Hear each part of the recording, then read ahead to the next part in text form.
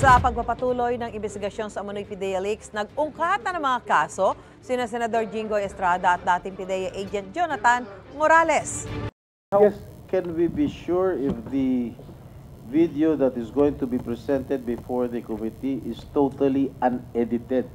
We will Knowing this person who has a lot of criminal records. Hindi naman po maganda yung sinasabi ni ni Senator Jinggoy Estrada patungkol sa akin. Para namang ako talagang hinuhusugahan, ako'y may kaso pa lang at hindi pa napapatunayan sa hukuman. Hindi kagaya po ang ating butihing senador, na-convict na po. Wag naman po. Alam mo, Mr. Senator Morales, Jinggoy, please. huwag mong pakikialaman yung kaso ko. Problema ko yun. Yung kaso mo ang ayusin mo. Ang tinutukoy na video ni Estrada ang viral CCTV footage na kuha umano sa bahay ni Morales. Kasama niya noon ang dating PIDEA agent na si Romeo Enriquez. Nakausap sa cellphone si dating NAPOLCOM agent Eric Picoy Santiago. Narinig na nagbabala si Santiago na papatayin daw si Morales.